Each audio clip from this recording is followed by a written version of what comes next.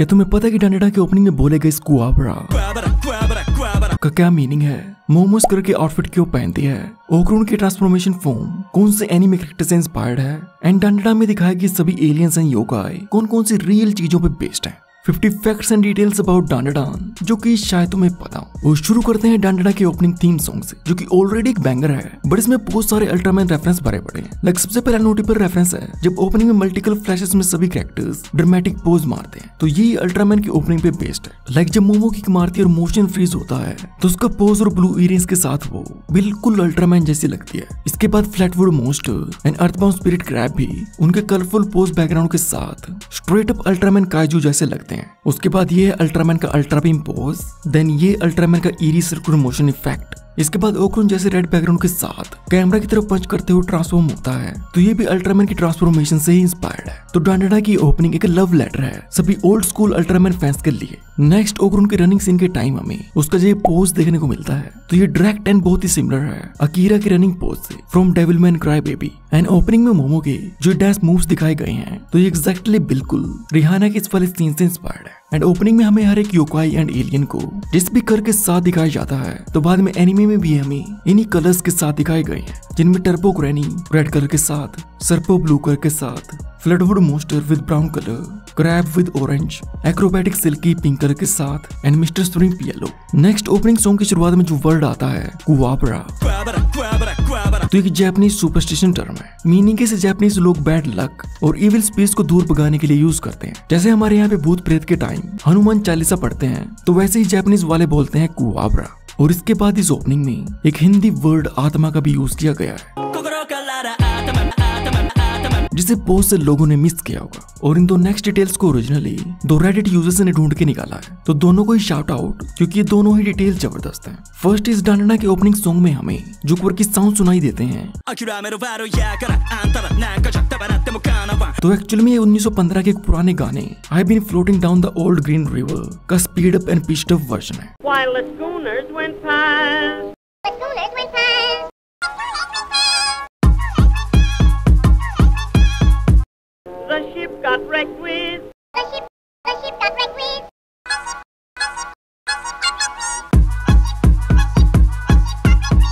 And second, जब भी ओक्रून एकदम से स्पीड पकड़ के भागता है, तो उस टाइम टर्बो फ्लटर की आवाज सुनाई देती है,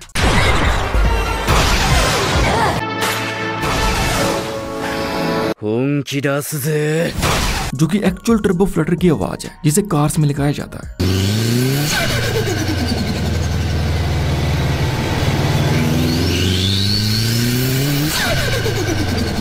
और एक बहुत ही जीनियस डिटेल है, क्योंकि ओक्रून टर्बो ग्रैनी की पावर्स को यूज करता है, तो इसलिए यहाँ पे टर्बो फ्लटर की साउंड ऐड की गई है। नंबर 9, टर्बो ग्रैनी एक मॉडर्न अर्बन लेजेंड है जापान में, जिसके डिफरेंट वर्जन जापान की अलग अलग जगहों पे मिलते हैं। इसकी वजह से इसका एक और नाम भी है टर्बो बाबा। और इसलिए डांडेडा से पहले भी टर्बो ग्रैनी कई डिफरेंट शोज में दिख चुकी है, जैसे कि Shin Megami Tensei, Persona 2 and even Mob Psycho में भी। एंड मोब साइको में तो इसका अपीयरेंस बिल्कुल सिमिलर है डांडेडान वाले सीन से, क्योंकि दोनों में एक लंबी टनल होती है और वहीं पे प्रोटैगनिस्ट को टर्बो ग्रैनी से पंगा लेना पड़ता है। नंबर 11, जापानीज में गोल्डन बॉल्स को किनतामा कहा गया है, क्योंकि किनतामा एक जापानीज स्लैंग है जिसे बेसिकली टेस्टिकल्स के लिए यूज किया जाता है। तो हाँ, ये नाम ओक्रून के बॉल्स के लिए बिल्कुल परफेक्ट है। नंबर 13, मोमो के दोनों फ्रेंड्स के नाम होते हैं मिको एंड मुको। और हालांकि एनिमे में मुको का नाम रिवील किया गया है, बट मांगा में इसे एक भी बार इसका नाम लेके बुलाया नहीं गया। मांगा के चैप्टर 54 में मुको उसे सिर्फ केसान कहकर बुलाती है, जो कि इसका सरनेम भी हो सकता है। सिमिलरली मांगा में आयरा के फ्रेंड्स का नाम भी एक बार भी मेंशन नहीं किया गया, लेकिन एनिमे के एपिसोड 5 के एंड क्रेडिट्स में उन्हें शुबामे एंड अंजू लिखा गया है। तो हाँ, अब हमें पता है कि इनका भी एक प्रॉपर नेम है।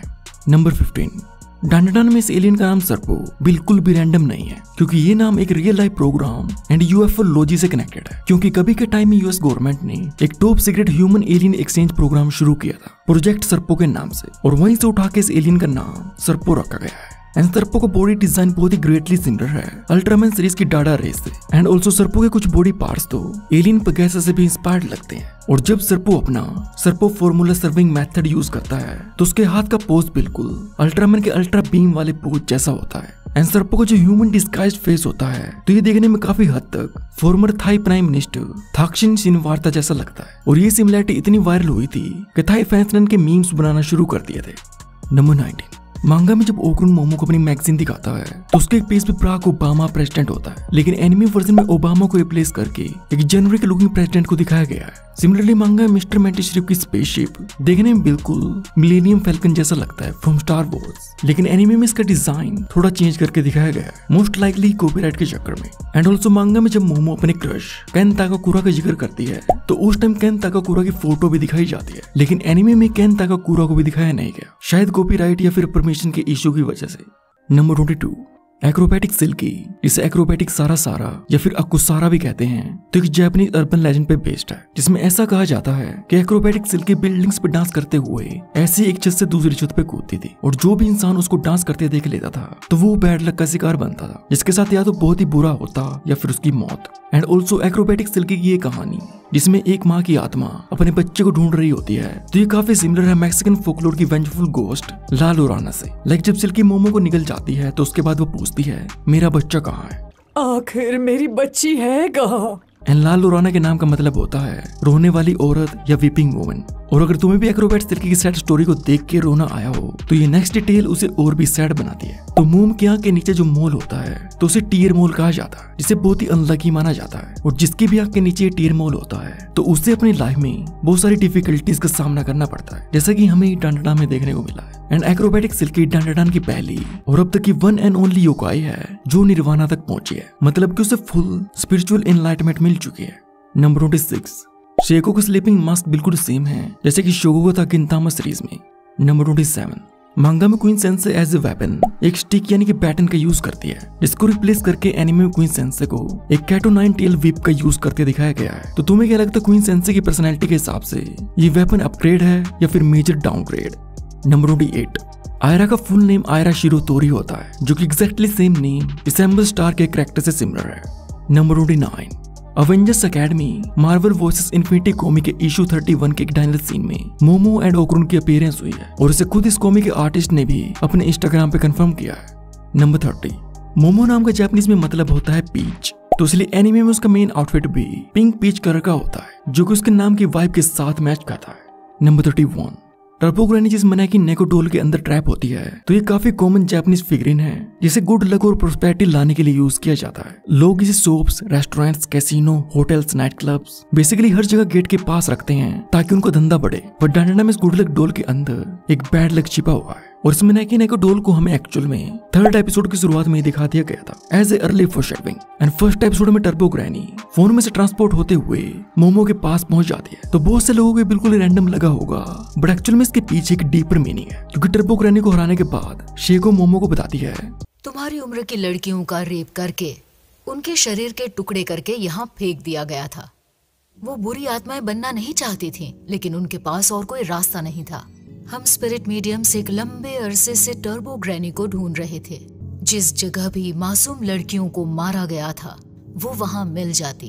तो इसलिए फर्स्ट एपिसोड में टर्बो ग्रैनी ओकुरुन के फोन पे सुन के कि मोमो यानी कि एक यंग लड़की के साथ सेक्सुअल असोल्ट हो रहा है, तो उसे बचाने के लिए फोन में से जंप करते हुए वहां पे पहुंच जाती है, जो कि बहुत ही इंटरेस्टिंग डिटेल है। एंड टर्बो ग्रैनी की जापानीज वॉइस एक्ट्रेस हैं आइकॉनिक मियुमी तनाका, जो कि पिछले 20-25 सालों से लूफी को आवाज दे रही है। नंबर 35, मिस्टर मेंटिस सिर्फ ओकुरुन और आयरा का सामना करते हुए जो गाना गाता है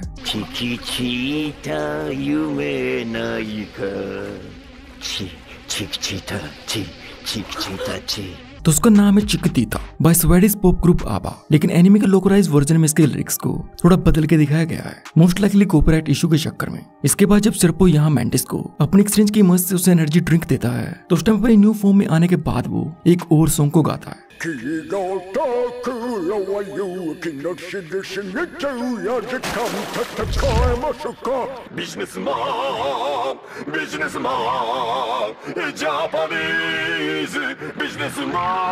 जो कि एक्चुअल में क्लासिक रेफरेंस है रिगेन 24 नाम के एक एनर्जी ड्रिंक के ओल्ड जापानीज कमर्शियल का।